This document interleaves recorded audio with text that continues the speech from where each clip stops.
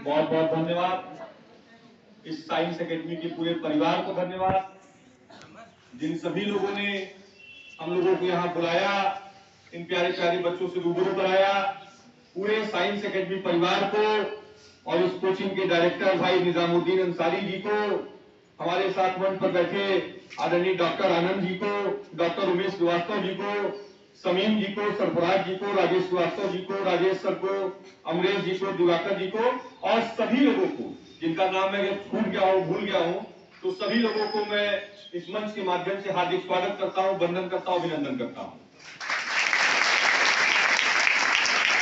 क्योंकि जब मैं यहाँ पे आया तो सर का भाषण चल रहा था, सर बोल रहे थे और बड़ा शेरो शायरी के माध्यम से बोल रहे थे, तो उनके शेरो शायरी को सुनकर मुझे भी लगा कि मैं भी कुछ शेरो शायरी से शुरुआत करूं।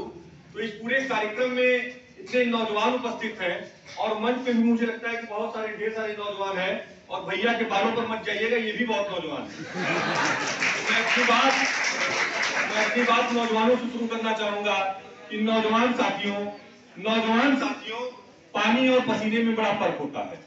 पानी और पसीने में बड़ा फर्क होता है, पत्थर और नगीने में बड़ा फर्क होता है।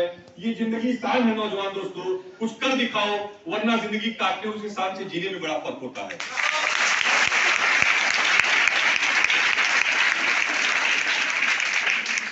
और उसके बाद सर के भाषण के बाद जो प्यारे प्यारे बच्चों ने बोला, तो कुछ बच्चों ने इतनी अच्छी इंग्लिश बोला, मुझे तो विश्वास नहीं होता कि मिर्जापुर में हमारे जो बच्चे हैं, साइंस एकेडमी के बच्चे इतनी अच्छी इंग्लिश बोल रहे हैं।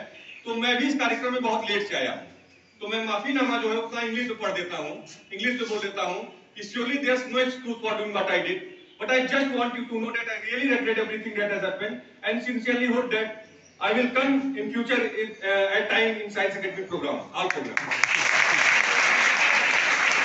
तो बच्चों ज्यादा कुछ आपको बहुत समझाने की जरूरत है, आप उम्र के उस पड़ाव पर हैं जो 12वीं तक पहुंच जाता है, तो उसको ये पता चल जाता है कि मुझे भविष्य में क्या करना है और वो अपनी अंदर की प्रतिभा को पहचान जाता है।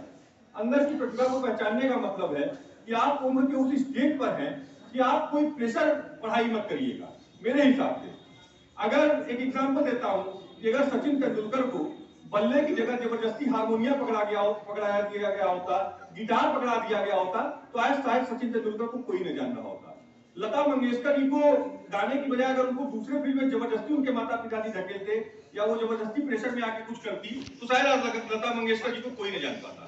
तो आप उम्र के उस पड़ाव पर है कि अपनी प्रतिभा को पहचानिए कि हाँ हमारे अंदर की क्या प्रतिभा है। भगवान ने हर इंसान को कुछ न कुछ अलग करने की एक ताकत दिए होते हैं, उस ताकत को पहचानिए और उस क्षेत्र में आगे बढ़िए।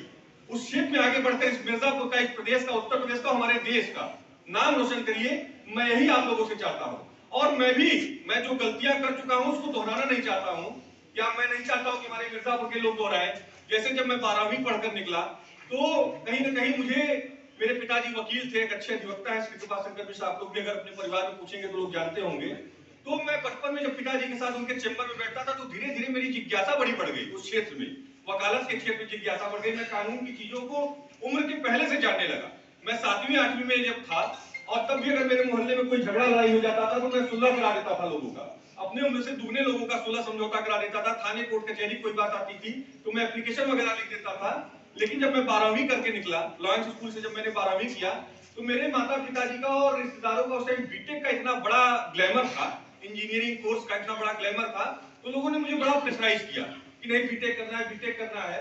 और माता पिताजी ने भी कहा नहीं बीटेक करना है। लेकिन मेरी इच्छा थी कि मैं लॉ की पढ़ाई अच्छी जगह से करूं, दिल्ली यूनिवर्सिटी से या लखनऊ यूनिवर्सिटी से या किसी बड़ी यूनिवर्सिटी से लॉ की पढ़ाई करूं और प्रैक्टिस सुप्रीम कोर्ट वगैरह में करूं या किसी हायर जगह पे प्रैक्टिस करूं या जो भी करूं, लेकिन लॉ की पढ़ाई करूं। लेकिन सामाजिक प्रेशर इतना बन गया कि मुझे मजबूरी में बीटेक करना पड़ा।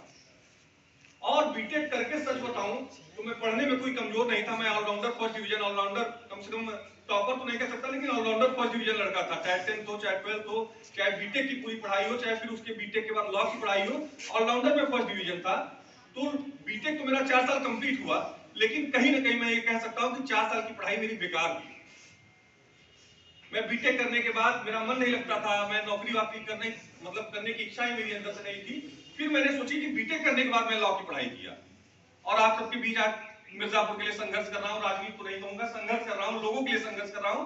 और शिक्षा का असली मतलब तभी निकलेगा जब आप क्षेत्र में, अपने क्षेत्र में, अपनी जन्मस्थली पर, अपने समाज में, जिस समाज में आप पैदा हुए, जिस जगह पे आप पैदा हुए, उस क्षेत्र में कोई बदलाव करिए, तब तो आपकी शिक्षा का मतलब निकलता है। वरना अगर आप सिर्फ नौकरी पाने के लिए, नहीं मैं पढ़ाई कर रही हूँ, मैं पढ़ाई कर रहा हूँ, मुझे अच्छी नौकरी मिल जाए, मैं अपना परिवार अच्छे से चला सकूं, तो ये पढ़ाई का कोई मतलब नहीं होता है। पढ़ाई का, शिक्षा का असली मतलब यही है, जब आप जिस घर में पैदा हुए हैं उस घर में एक बड़ा बदलाव लाइए, जिस समाज में आप पैदा हुए उस समाज में एक बड़ा बदलाव लाइए, जिस जन्मस्थली में आप पैदा हुए उस जन्मस्थली का बड़ा बदलाव लाइए, अपनी जन्मस्थली से लेकर देश प्रदेश का नाम रोशन करिए, तब आपकी शिक्षा का कोई मतलब निकलता है। इन्हीं सब बातों के साथ एक बार पुनः आप सभी को 9 वर्ष की बहुत बहुत बधाई, और इस पूरे साइंस एकेडमी परिवार को 9 वर्ष की बधाई, और आप सबको इस भविष्य के लिए शुभकामनाएं। बहुत बहुत धन्यवाद। जय हिंद, जय भारत।